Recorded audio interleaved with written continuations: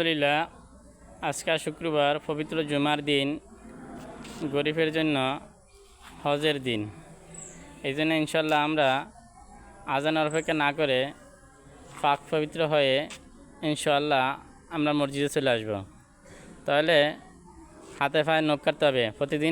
প্রতি শুক্রবার দিন হাতে পায়ে নখ কাটতে হবে। যদি হাতে পায়ে নখ কাটি তাহলে নখের ভিতরে যে ময়লা আছে এগুলা বাইরে চলে যাবে। আর না, নখ না কাটলে এই জীবাণু হাতের মধ্যে থেকে যাবে, ময়লা থেকে যাবে। তো এই জন্য নাফাকি থাকতে পারে।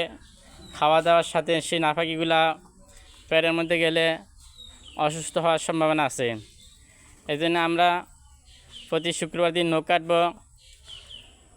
না হয় 15 দিনের আগে 15 দিনের মধ্যে আমরা ইনশাল্লাহ নখ অবশ্যই কাটব। তারপর ইনশাল্লাহ আমরা এরকমভাবে গুপ্তি স্থান এরকমভাবে আমরা পরিষ্কার করব। প্রতি সপ্তাহে করতে পারলে ভালো, না হয় 15 দিন পরে, না হয় 1 মাস 40 দিনের আগে গুপ্তি স্থান অবশ্যই পরিষ্কার করতে হবে।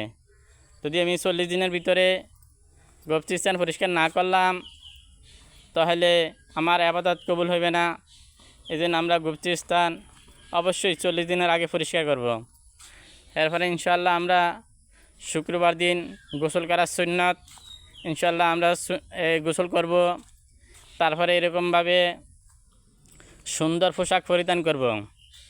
আমার যে পোশাকগুলো আছে এর মধ্যে যেটা ভালো পোশাক সেইটা আমি এরকমভাবে ফিন্দা আজানের অপেক্ষা না করে আমরা মসজিদে যাইব। যায়া কথাগুলা ধ্যানের সাথে আমরা শুনব, আমলের নিয়তে শুনব, অপরের কাছে পৌঁছানোর নিয়তে শুনব। এরকমভাবে অনর্থক কোনো কথা বলবো না, অনর্থক কোনো কাজ করব না। ইমাম সাহেবের কাছে বসার জন্য চেষ্টা করব। তারপরে এরকমভাবে ফরজ নামাজের পরে আমরা নবীকে যাতে মহব্বত করি এই জন্য আমরা 4 রাকাত বাদল জুমাও এরকমভাবে আমরা পড়ব।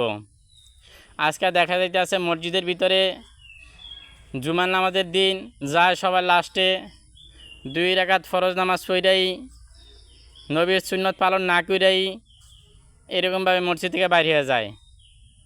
তা আমগো নবীজি কি বলছে, যে ব্যক্তি আমাকে মানল সে জান্নাতে যাইবে, যে অস্বীকার করলো সে নয়। সাহাবারা বলল, ইয়া রাসূলুল্লাহ, অস্বীকার বলতে কি বুঝায়? বলছে যে আমাকে মানলো, আমি যেইভাবে চলি সে যদি সেইভাবে চলে তাহলে এটা মানা হইল। আর আমি যেভাবে চলি না সে যদি আমি যেটা করতে আদেশ করছি সেটা যদি সে করে তাহলে সে আমাকে মানলো। আর যেটা আমি নিষেধ করছি সেটা থেকে সে বিরত থাকলো তাহলে আমাকে মানা হইল। আর যে আমাকে মানবে সে এরকমভাবে জান্নাতে যাইবে।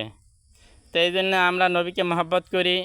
এই জন্য ইনশাল্লাহ আমরা নবীর সুন্নত 4 রাকাত বাদল জুমা, কেবলা জুমা অবশ্যই আমরা পড়ব। সারাদিন আমরা দুনিয়ার কামে ব্যস্ত, নামাজ পড়তে কতক্ষণ সময় লাগে, এই সময়টা যদি আমরা আল্লাহর জন্য দেই তাহলে এটা আমার পরকালে নাজাতের ব্যবস্থা হবে, পরকালে শান্তির ব্যবস্থা হবে।